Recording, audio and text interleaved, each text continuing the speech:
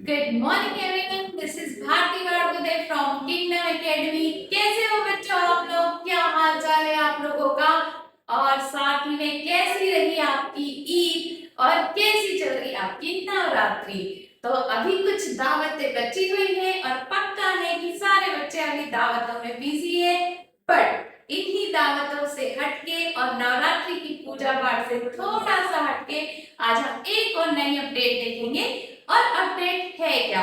तो जैसा कि आपको पता है कि मैं आपके लिए हर रोज एक नई अपडेट लेकर आती हूँ, तो वैसे ही उन स्टूडेंट्स का जिनका पीसीबी है और ऐसे स्टूडेंट्स जो डॉक्टर बनने के साथ साथ में इंडियन आर्मी में जाना चाहते हैं, तो इंडियन आर्मी प्लस डॉक्टर कैसे बने, इसी के लिए मैं एक अपडेट लेकर आई हूँ। और अपडेट कहाँ से है तो अभी मैं बस जस्ट आपको बताने वाली हूँ। जैसे ही मैं पीछे टर्न करूंगी तो आपको दिखाई दे रही है, यहाँ पे लाइव पिक्चर्स दिखाई दे रही है और साथ ही में कॉलेज का नाम भी लिखा हुआ है और लिखा हुआ है welcome to arm force medical college. ये आर्म फोर्स मेडिकल कॉलेज है कहाँ? तो ये हमारा कॉलेज है पूना महाराष्ट्र में। क्या करवाता है? तो कोर्सेज करवाता है। कौन से कोर्सेज करवाता है? तो आइए देखते हैं यहाँ से। जैसे ही मैंने कोर्सेज पे क्लिक किया तो मुझे ये सारे कोर्सेज यहाँ पर दिखाई दे रहे हैं। सबसे पहले लिखा हुआ है एमबीबीएस, फिर है नर्सिंग, फिर है पोस्ट ग्रेजुएट, फिर है ये बाकी जो कोर्सेज है ये अदर वाले। हमें तो दो ही से काम है, एमबीबीएस और नर्सिंग से। डन। तो चलते हैं आगे की तरफ और क्लिक करते हैं हम एमबीबीएस पे। जैसे ही हम एमबीबीएस पे क्लिक करते हैं तो हमारा कोर्स आ जाता है और ये हमारा कॉलेज का व्यू आ जाता है। तो मुझे तो देख के बहुत ही अट्रैक्टिव लग रहा है। आई होप आपको भी देखकर लग रहा है। और सोचिए जो बच्चा यहाँ से स्टडी करेगा उसे कितना अच्छा लगेगा। तो ये ड्रीम कॉलेज। आगे जो कॉलेज है वो क्या करवाता है तो आपको जैसे यहाँ पर दिखाई दे रहा है कि कुछ शॉर्ट इंफॉर्मेशन मैं आपको यहाँ पर दूंगी कि ये कॉलेज है कहाँ। तो जैसा आपको दिख रहा है ये पूना में है। ये करता क्या है? The college is a center of excellence of medical education and research का है। कॉलेज मतलब मेडिकल एजुकेशन करवा रहा है, रिसर्च करा रहा है। FMSC Pune is affiliated to Maharashtra university से एफिलिएटेड है of health science and Nashik and is recognized by the national medical council। ठीक है, चलो आगे। कोर्स का ड्यूरेशन कितना है? तो जो कोर्स का ड्यूरेशन है वो है 4 ईयर, मतलब 4.5 ईयर। 4.5 ईयर के बाद में क्या करना होगा? तो ये कंप्लीशन के लिए ईयर है, इसके बाद में आपकी इंटर्नशिप होगी 1 ईयर की। मतलब आपको 4.5 ईयर का कोर्स करना है और उसके बाद में 1 ईयर जो है वो आपको क्या करना है? इंटर्नशिप करना है। यानी 5.5 ईयर का ये कोर्स होता है। ठीक है। सर्विस, इससे आपको क्या बेनिफिट मिलेगा? भाई हम arm force medical college Poona जाकर एमबीबीएस करके आ रहे हैं तो हमें क्या बेनिफिट है ये भी तो पता होना चाहिए। तो आप as a medical service force को दे सकते हो। एज अ मेडिकल ऑफिसर आप वहां पर काम कर सकते हो। अब पता होना चाहिए कि भाई इसमें एंट्री कैसे लेनी है हमें। तो इसके लिए क्या क्या होना चाहिए ये हम अभी यहाँ से देखेंगे। तो जैसे ही हम नीचे की तरफ जाएंगे हमें दिखाई देगा a candidate seeking admission to the MBBS course in FMC is eligible होना चाहिए। ही या शी फॉलोड क्राइटेरिया। कौन कौन से क्राइटेरिया होने चाहिए? तो सबसे पहला, the candidate should be a citizen of India. ऐसे सिटीजन्स जो इंडिया में रहते हैं वो ही इसमें अप्लाई कर सकते हैं, लेकिन ऐसे भी सिटीजन्स जो कि फॉरेन से हैं और उन्होंने इंडिया की सिटीजनशिप ले चुके हैं वो भी यहाँ पर अप्लाई कर सकते हैं। उनके लिए भी यहाँ पर सीट्स जो है वो रिजर्व होती है। कितनी सीट्स रिजर्व होती है हमें नेक्स्ट इसमें देखेंगे। Must be unmarried. सबसे 12th के बाद तो कोई भी शादी करने वाला नहीं है मुझे लगता, और किसी की शादी हुई भी नहीं होगी। तो इनका एक ये है कि अनमैरिड होना चाहिए स्टूडेंट, प्लस जो कोर्स का ड्यूरेशन है उसके बीच में आपको शादी करने की कोई इजाजत नहीं है। तो उसने देखो क्या लिख के दिया हुआ है, must be unmarried, marriage during the course is not permitted, है ना। तो कोर्स के बीच में आप शादी नहीं कर सकते।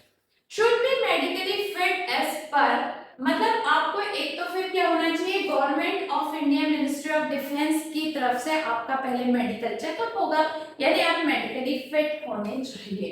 इसके बाद में एज क्राइटेरिया देखते हैं, तो ऐसे स्टूडेंट्स जिनने 70 ईयर अपना कंप्लीट करे, कब तक, तो 31 दिसंबर, जब आपका एडमिशन होने वाला है उस समय, जब दिसंबर वाले 31 दिसंबर तक, जैसे कि आपका अभी हम 26 की बात कर रहे हैं, तो 31 दिसंबर ऑफ 26 तक आपको कितने ईयर के हो जाना चाहिए, तो 17 ईयर के होना चाहिए। क्या हम नीट की तरह इसको हमेशा कभी भी ले सकते हैं, तो बिल्कुल ऐसा नहीं है। आपकी जो मिनिमम एज है वो 17 ईयर है और मैक्सिमम जो एज है वो 24 ईयर है। इसके बाद में आप यहाँ एडमिशन नहीं ले सकते। अब इसके बाद में क्या, कैंडिडेट्स को नीट एग्जाम नहीं देना पड़ेगा, तो ऐसा बिल्कुल नहीं है। आप नीट एग्जाम देंगे मेरिट, लेकिन ये अपनी काउंसलिंग खुद कराता है। जब आप फॉर्म फिल करेंगे तो फॉर्म फिल करते समय वो आपके पास में ऑप्शन इसका भी आता है ना, आर्म फोर्स मेडिकल कॉलेज का भी एक ऑप्शन आता है, आप उसको टिक करिए। तो वहां से जितने कैंडिडेट्स ने इस पर टिक किया है उनकी एक लिस्ट बनती है। लिस्ट के बाद में उनकी नीट की मेरिट बनती है, कॉलेज अपना खुद से करवाता है और उसके बाद में फिर वो आपको कॉल करता है ऐसे कैंडिडेट्स को जिसने उसने सेलेक्ट किया है।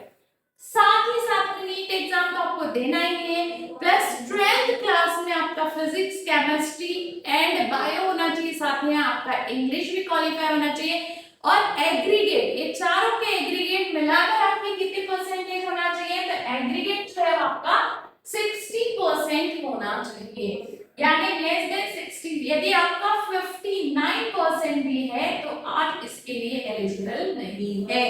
साथ में पर सब्जेक्ट आपको 50% लाना है, यानी जैसे आपका जो फिजिक्स है इसमें आपके 50% होने चाहिए, इंग्लिश में आपके 50% होने चाहिए, इसी तरह केमिस्ट्री और बायो में भी आपके 50% होना चाहिए, और टोटल एग्रीगेट जो है आपका वो 60% होना चाहिए।